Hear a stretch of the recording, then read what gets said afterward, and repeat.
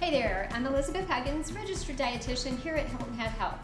Have you ever had the intent to buy a bunch of vegetables and then you find you didn't eat them quite as quickly as you hoped to, and then you're finding them composting in the bottom drawer of your refrigerator? Well, hey, today we're going to talk about ways to make that last. So let's start out with some simple things like potatoes. Well, technically you don't actually want them to end up in the refrigerator drawer. That's the worst place for them.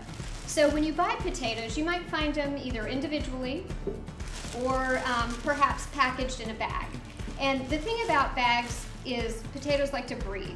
So if you're thinking about it, when you get them home, if you buy them in bulk, you want to make sure that you actually transfer them into another container.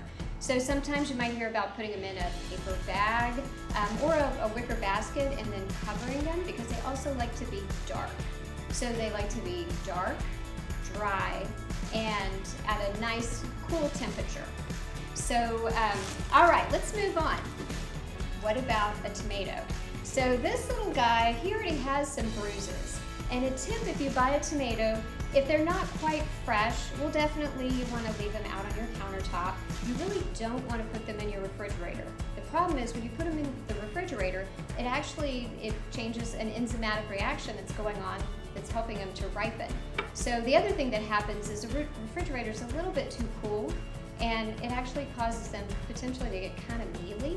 So here's a little tip, and this may or may not work for you, but if you're storing them, and as I said, this one already has a little bit of bruising, you can actually store it upside down, and so you're protecting part of the tomato that you're more likely to use. And if you already have the bruising going on, you can just slice that off.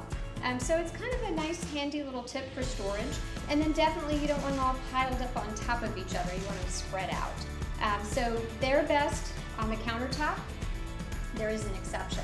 Let's say, well, on the countertop, but not in direct sunlight. But let's say that it's totally ripened, it's ready to go, and you're probably not going to eat all of them. The thing that I want you to consider, that might be a time to go ahead and place them in the refrigerator, because it would be better to preserve them and at least get something out of them than have them rot on you.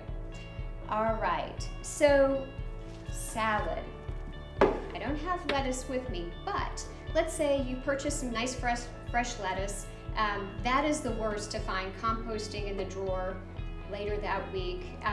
Lettuce doesn't do well if it's actually moist, in the sense that it has water on it. So there's two things you can do. If you purchase it and you want to go ahead and wash it right away, you really do want to make sure that you use something like a salad spinner to really get all that water out. And then from there, you can take the leaves, place them on paper, and just kind of gently wrap them up and store them that way, and they're going to do well. But if you actually have them in contact with water, they're just going to become mush in no time.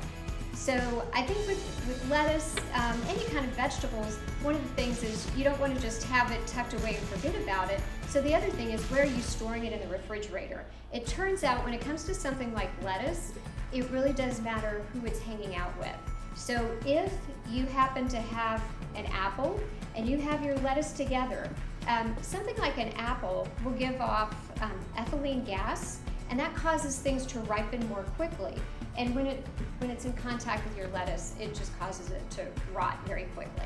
So little tip there. I have one more vegetable that I'd like to talk about, and that's cucumbers. So when you purchase cucumbers, some people like to stick them in their refrigerator. They actually do better out at room temperature, definitely in a cooler spot, so you don't want to set them next to your stove where it's getting hot. But they should stay dry. Now, if you do like to stick them in your refrigerator, because maybe you're going to make a salad out of it, you want them to be ready and cold, no problem, but don't put them in the coldest part of your refrigerator. So up high, it's probably a little bit of a warmer spot in your refrigerator, and so that's a great place to store them. But once again, you don't want them to be in contact with water, because that'll cause them to actually start to rot or mold. The other thing about them being too cold, similar to the tomatoes, it actually changes the texture. So you just want to make sure that as you're becoming more familiar with vegetables, think about what worked for you. Maybe your goal isn't to try to store it for very long, so that you don't have a negative feedback in that, well, why buy vegetables? I tend to throw them out. I hear that a lot, and you really want to make sure that if you purchase your vegetables, you've got a game plan to eat them quickly, so that you can set yourself up to be super successful with any kind of health habit you're working on. So if you like these tips, for more, please visit h3ondemand.com and start your free 2-week trial.